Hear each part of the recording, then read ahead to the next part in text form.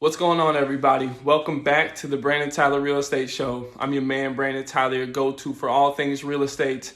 And you're back on another Market Monday. All right, I'm here to give you the facts and figures of the real estate market. Do a quick breakdown now of the month of March compared to the month of February here in 2020. And then I did a throwback to March 2019 so we can see how things have changed now coming to March 2020, okay, and do a direct comparison of those months from that time to this time, okay, and I think that's important because it gives you an all-around idea of how the real estate market is performing, okay? So first and foremost, thoughts and prayers out to anyone and everyone affected by the coronavirus.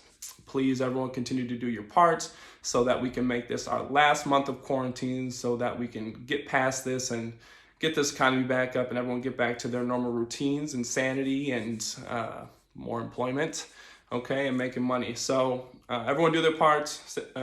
Prayers out to everyone, and just keep being productive and keep a good mindset. So getting into the numbers here, okay, breaking down March compared to February. Okay, so as you can see on the previous slide, the numbers are looking good and to be expected. Okay, the real estate market is supposed to pick up coming from winter transitioning into spring, and that's what we're seeing. So I got my numbers right here in front of me, so you'll see me look down occasionally. But I'm talking about active, new, and sold homes, okay, in March compared to February. So we've seen a 28% increase in active homes, 7% increase in new homes, and as far as sold homes, a 33% increase. So, and like I said, that's all to be expected. There's more homes, more listings total coming on the market, new listings coming on in March than February, which makes sense because we're getting closer to spring.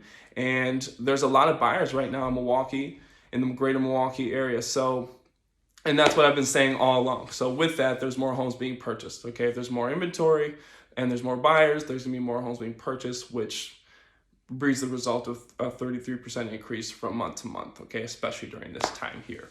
Now, if we really look at it and look from March of 2019 to March 2020, now, those are some fun numbers to look at, okay? So active listings went up 14%, okay? So we had more inventory this year than we did last year at this time, okay? Which is great, okay? We've got a lot of buyers, so that gives them an opportunity at a little bit more inventory.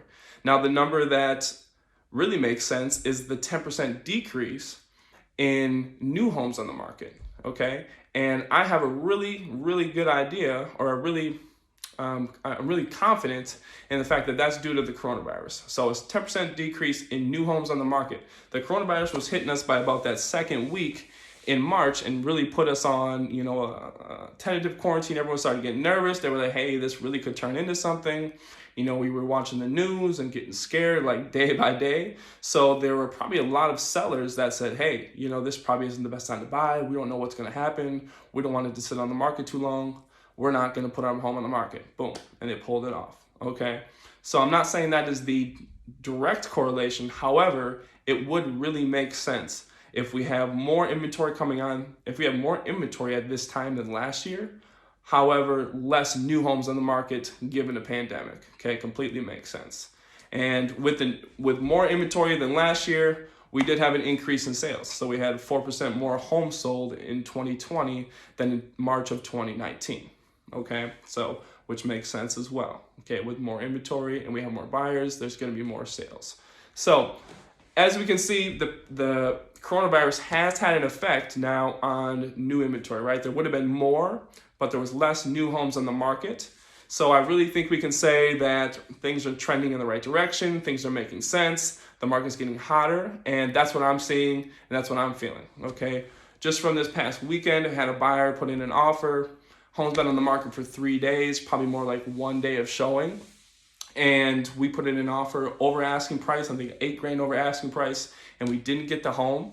And that's been consistent for the past few months, okay? I mean, if you're not putting in an offer on a brand new, not on a brand new home, but a brand new listing that is move-in ready, all the big ticket items are taken care of. If you're not putting in an offer at 10 to 15 grand over, sometimes more, and you're probably not getting a home. And to that, you still gotta have to have good terms in there as far as, home inspection, financing, and other jazz.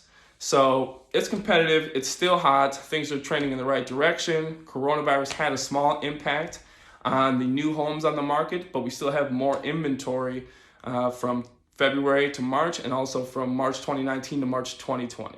So it's safe to say that things are looking good right now. I think it's going to be really interesting to see how the month of April here performs. And I'm really excited to get into May, even though everything can slow down. I'm excited to see those numbers, to see how April performed compared to March, and then also from April of 2019 to April of 2020, okay? So thanks for joining me on today's Market Monday. That's the facts and figures of the real estate markets here in Milwaukee County for single family, two family, and condominiums, as you can see in the previous slide. And I'll see you on Wednesday for Wednesday's word of the day. Thanks for joining in. Boom.